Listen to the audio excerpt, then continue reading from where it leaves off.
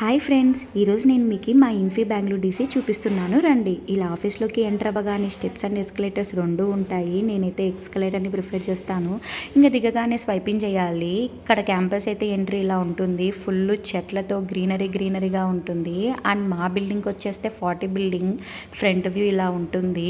ఇలా 2 to 3 బిల్డింగ్స్కి different front view ఉంటుంది. మా ఫ్రంట్ వ్యూ అయితే ఇలా ఉంటుంది. సీటింగ్ అరేంజ్మెంట్ అండ్ డిఫరెంట్గా రిఫ్రెష్మెంట్ కోసం స్టాల్స్ ఉంటాయి. Coffee stall, tea stall and fruit stall.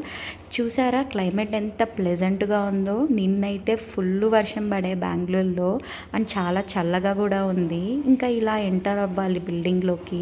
చిన్న పూలతో చాలా బాగుంటుంది. అయితే ప్లెజెంట్గా ఉంటుంది నేచర్ ఇక్కడ.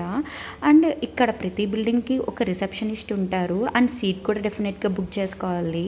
ఇలా లిఫ్ట్ ఎక్కేసి ఇంకా క్యాంపింగ్లోకి అయితే ఎంటర్ అయిపోయాను.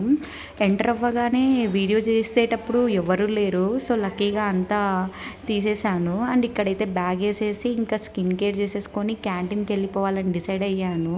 మా బిల్డింగ్ నుంచి క్యాంటీన్కి వెళ్ళాలంటే 10 to 15 minutes నడవాలి. ఇలా నడిచే దారిలో మనకి డిఫరెంట్ షేప్స్ బిల్డింగ్స్ అయితే కనిపిస్తుంది. అందులో ఒకటి ఇలా పిరమిడ్ షేప్ ఉంటుంది. చాలా బాగుంటుంది. ఇక్కడ వాటర్ ఫౌంటైన్ ఈవినింగ్ అయితే ఆన్ చేస్తారు. చాలా కలర్ఫుల్గా ఉంటుంది. అండ్ ఇన్ఫీ క్యాంపస్లో అయితే 6 to 7 డిఫరెంట్ క్యాంటీన్ స్టాల్స్ ఉంటాయి. అందులో ఒకటైతే అన్నపూర్ణ స్టాల్ చాలా బాగుంటుంది. దీని గురించి సపరేట్గా ఇంకో వ్లాగ్లో చెప్తాను. అండ్ ఇది మొత్తం కలిసి 3 floors. Ground floor, first floor and second floor.